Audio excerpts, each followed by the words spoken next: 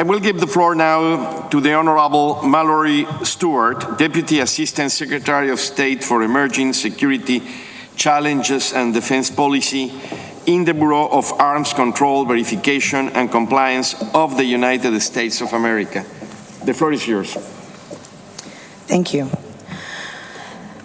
Mr. Chairperson, Mr. Director General, distinguished delegates, on behalf of the U.S. delegation, I congratulate you, Mr. Chairperson, and extend a warm welcome and a pledge of our support for your efforts at this conference. I would also like to express our appreciation to the outgoing Chairperson, Ambassador Vesla Merdin-Korach, to the Director General, Ambassador Ahmet Uzumcu, and to all the staff of the Technical Secretariat. Furthermore, I want to warmly welcome 2 new members to the Chemical Weapons Convention, Myanmar and Angola. The achievement of universal membership in the CWC remains a fundamental objective of the United States. Mr. Chairperson, I will address several issues today: elimination of the Syrian chemical weapons program, U.S. destruction efforts, the Australian initiative on central nervous system acting chemicals, and the OPCW's precarious financial situation. Let me begin by focusing on the Syrian chemical weapons crisis. Syria is not like any other state party to the convention. As the OPCW Executive Council and the UN Security Council have both recognized, the Syrian situation is extraordinary. Regrettably, after 2.5 years, the devastating, extraordinary situation in Syria continues. In late 2014, the fact-finding mission reported compelling confirmation that a toxic chemical, likely chlorine, was used as a weapon, systematically and repeatedly, against 3 opposition-held villages in northern Syria. In addition, witnesses invariably indicated helicopters were overhead during these attacks. The only party to the Syrian conflict with helicopter capabilities at the time of these and the subsequent attacks was the Assad regime. In February of this year, the Executive Council expressed its serious concern based on the findings of the 2014 fact-finding mission reports. The Council also emphasized that those responsible for the use of chemical weapons must be held accountable. The UN Security Council reinforced this concern in Resolution 2209 and subsequently established a joint investigative mechanism for Syria under Resolution 2235. The JIM, as it is called, is charged with identifying to the greatest extent feasible individuals, entities, groups, or governments who were perpetrators, organizers, sponsors, or otherwise involved in the use of chemical weapons in Syria. Again, attribution for the attacks must lead to accountability. Mr. Chairperson, in October, the OPCW fact-finding mission issued 2 further reports substantiating chemical weapons attacks in Syria. The fact-finding mission concluded it was likely that 1 or more toxic chemicals were used as a weapon against opposition-controlled areas of Idlib province between March and May of this year. Once again, many of those interviewed reported hearing helicopters overhead at the time the chemical munitions were dropped on innocent civilians. The fact-finding mission also investigated allegations of chemical weapons use in August in Morea, a town in Aleppo province close to the Turkish border. The team was able to confirm with utmost confidence that at least 2 people were exposed to sulfur mustard and that the effects of sulfur mustard likely resulted in the death of a baby. These reports are extremely alarming. The position of the United States is simple and clear. The use of chemical weapons in Syria must stop immediately, and anyone responsible for their use must be held accountable. To that end, the United States fully supports the Joint Investigative Mechanism's efforts to determine who was involved in the use of chemical weapons for the incidents confirmed in the 2014 and 2015 reports of the OPCW fact-finding mission. We look forward to receiving the JIM's first report, which is due to the UN Security Council during the first quarter of 2016. The United States also welcomes the efforts of the government of Iraq to investigate alleged chemical weapons attacks against the Kurds in northern Iraq during the summer of 2015. We appreciate the information that Iraq has already provided, and we encourage it to continue to be transparent. We also commend the Technical Secretariat for its quick response to the Iraqi request for technical assistance. The United States looks forward to reviewing the report from Iraq on the outcome of its investigation.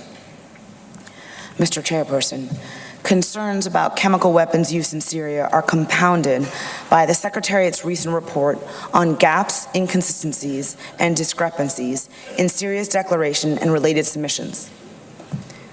Despite 18 months of intense consultations with Syrian authorities, the Secretariat has been unable to verify that all of the chemicals, munitions, and facilities that comprise the Syrian chemical weapons program have been declared and eliminated as required by the Convention, the decisions of the Executive Council, and UN Security Council Resolution 2118. Indeed, we are concerned that traditional chemical weapons may remain in the hands of the Syrian government or may become a proliferation risk.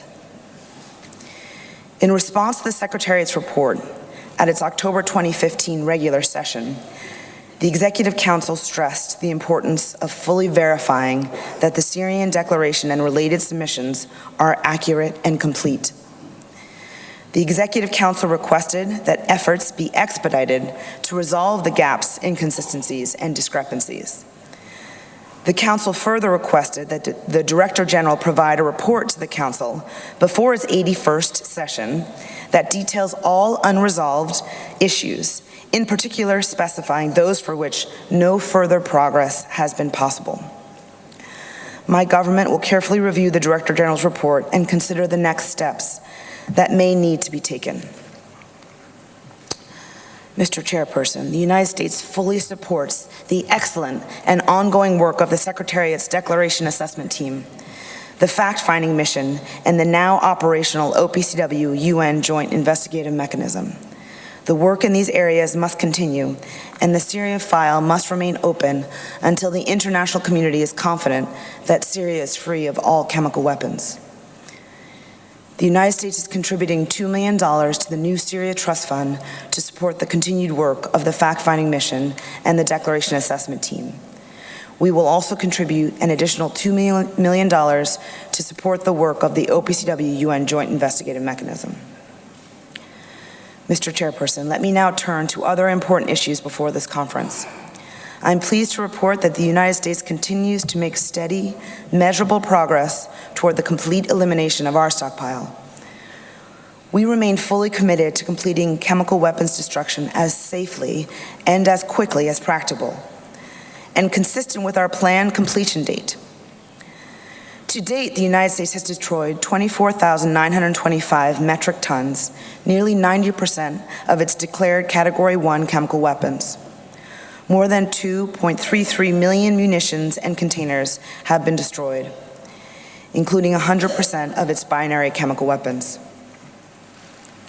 With respect to the other possessor states, we welcome the progress that Russia has made in completing destruction at all but one of its chemical weapons destruction facilities. The United States also appreciates the hospitality of Russia in hosting, at the closing ceremonies for these facilities, delegations from the U.S. and other states that had financially contributed to this effort. Regarding the Category 2 chemicals remaining in Libya, we encourage the Libyan government, as a matter of priority, to implement destruction plans for the chemicals of greatest concern, while ensuring that the remaining chemicals are safely stored pending destruction. Mr. Chairperson, led by Australia, 20 states parties, including the United States, have co-sponsored a paper for this conference that highlights the risks posed to the Convention by the use of central nervous system acting chemicals, so-called incapacitating chemical agents, in law enforcement scenarios. These 20 states parties recognize that CNS acting chemicals cannot be used safely in law enforcement and have the potential for use as chemical weapons. The 20 states parties believe that all states parties need to address the issue of CNS acting chemicals to help prevent the reemergence of chemical weapons. We continue to encourage all delegations that have not done so to consider and subscribe to the notion that the development of these chemical agents for law enforcement purposes raises a serious concern that these chemicals could be used in a manner contrary to the CWC, and to put their views on the record. I can firmly state once again that the United States is not developing, producing, stockpiling, or using CNS-acting chemicals, nor are we using riot control agents as a method of warfare. Again, I commend Australia for spearheading this important initiative. Mr. Chairperson, the United States is pleased that the Council has recommended by consensus that the conference approve the OPCW's draft program and budget for 2016. The United States supports approval of the draft program and budget. My delegation is very concerned about the financial deficit problem that the OPCW is experiencing. We urge that prudent steps be taken now to prevent a possible crisis later on. One step would be for the Technical Secretariat to link actual spending to payments being received from member states, and, in particular, to restrict expenditures not essential for operational activities, and postpone major procurement actions until the financial situation improves. Furthermore, we would propose that the conference authorize the Executive Council to take any financial decisions that may be urgently needed before the 2016 conference of the states parties. We hope that such decisions will not be needed. We emphatically urge those key contributors that are delinquent in their assessed contributions to pay their arrears in the near future. That will enable the OPCW's financial reserve, the Working Capital Fund, to be replenished in 2016, as required by the financial regulations.